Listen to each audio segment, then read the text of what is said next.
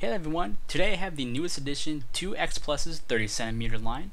This will be for the 1991 Hokkaido Godzilla, and this is also the newest addition to Yuji Sakai's modeling collection. And really with this review, what we'll do is we'll get an overall look at the figure, we'll go into some more detail and depth of some features that this figure has.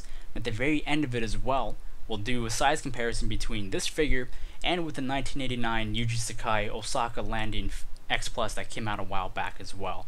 So without any further ado, here's the video, and thanks guys for watching. Alright, so let's jump into the review right now. So as you can see, again, it's the 1991 X Plus 30cm, the newest addition to the Yuji Sakai lineup for X Plus. This is the Hokkaido version. He did a version a little while back, the 1989 Osaka landing version, which is a great figure, and I think this one actually is a little bit better, if not very comparable to that 1989 figure. So real quick, let's actually go over the box, move him off to the side, bring it in the box. If you saw the box opener in the video, same exact box as that one. You can see right here, really good depiction of Godzilla in the very front. Let's turn off the light real quick. So you can see good depiction of a smaller Godzilla. You see he's got the very waving tail off to the back like that. You see a very good picture of Godzilla right there. The top part right here, Godzilla vs. King Ghidorah, X Plus 91 Sakai modeling collection. So very nice to see that, and that's really all the box has to offer, except for the legals on the very back down here. But other than that, really that's the entire box in a nutshell. And now back to the actual figure part itself. Let's straighten this out. Put the figure down. Here we go. Alright, perfect. There he is. So real quick, let's actually go over some of the details on the figure itself. Let's real quick kind of check out the paint application that the figure has. Fantastic paint all throughout the entire figure. As you can see, great amount of detail. Everything from the scales to the body itself, even down to the face as well. The face is really nicely detailed, as you can see, beautifully the way. Let's try to focus in a little bit. There it goes. Oh, had it. Alright, there it goes. Perfect. Nope. Okay. There, keep like that. Alright. Let's keep like this, huh? Sound good?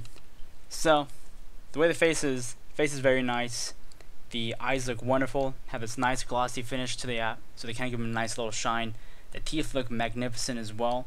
The nostril too looks very good. Like the way the nose comes out, like the way the ear comes out as well too.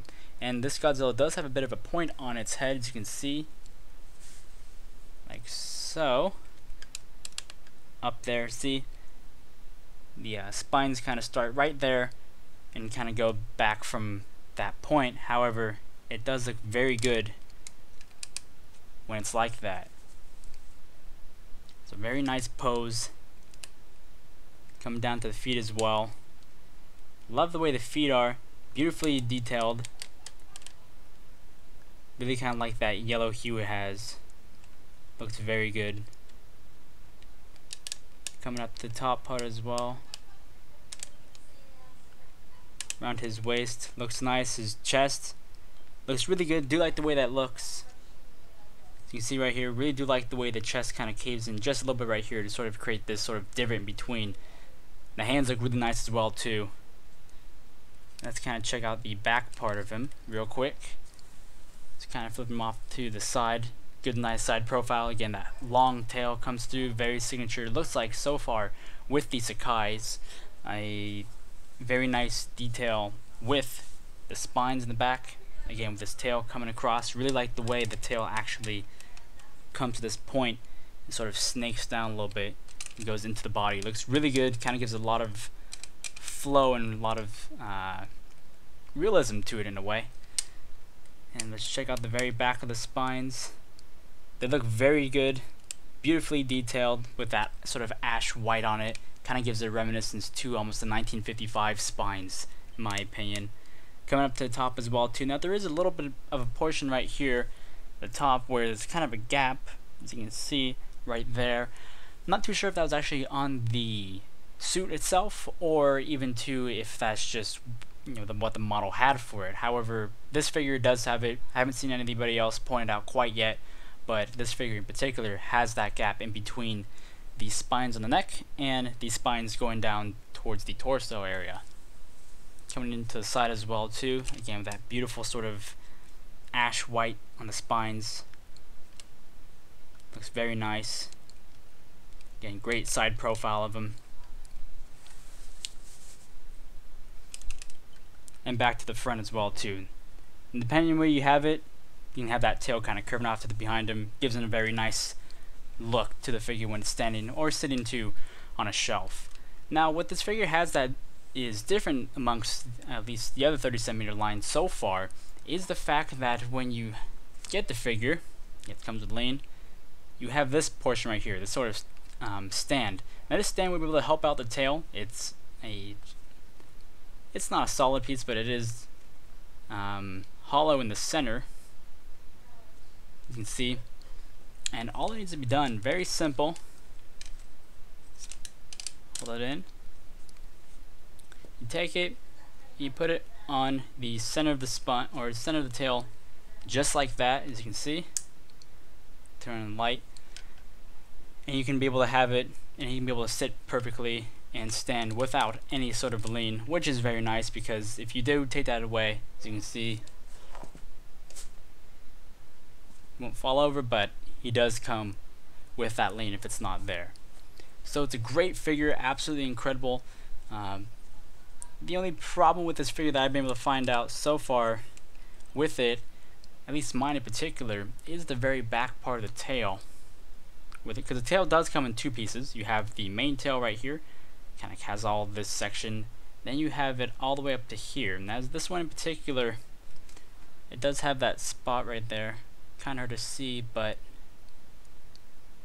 it doesn't fit 100% in. It's not a huge issue, but it is one of those small minor things about the figure that, if you focus on it, it's kind of there, and as a collector, it's hard to sort of not see that once it's already been visible.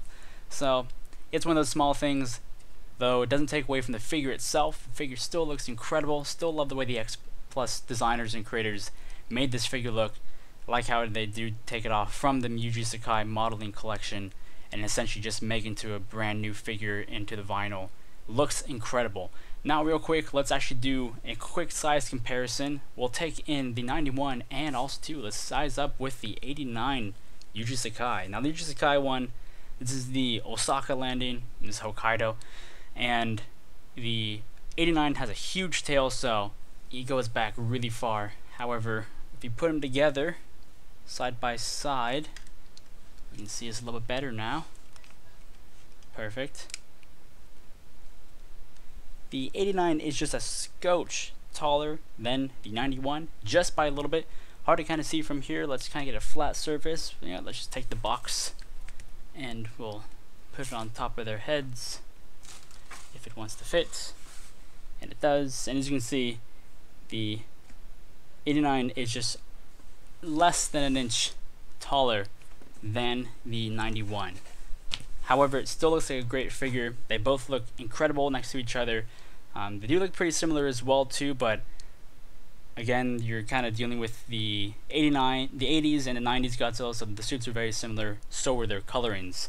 But regardless, it's a great looking figure, look fantastic with each other, or even two by themselves. However, last kind of thoughts on the figure itself. I think that this is an absolutely great figure. Really was anticipating this one for a long time because the 91 suit hasn't really been touched quite yet, and it's always kind of exciting to see what the Yuji Sakai modeling series will come out with, and I'm thankful that X Plus did come out with this one in particular because it is a great looking sculpt that has been produced. But if you haven't been able to pick it up, you still can. It's out there for MSRP, a little bit more expensive if you especially go to eBay or places along those lines, and you still can be able to pick up the standard. There's the Rick Boy edition as well that comes with the light up fins. Whichever one you prefer, they're still out there now, So if you are able to pick him up, I personally recommend it. It's a great figure, looks fantastic. Not much else to say about it other than that. Thank you guys for watching. Take care. See you next time, and that's about it.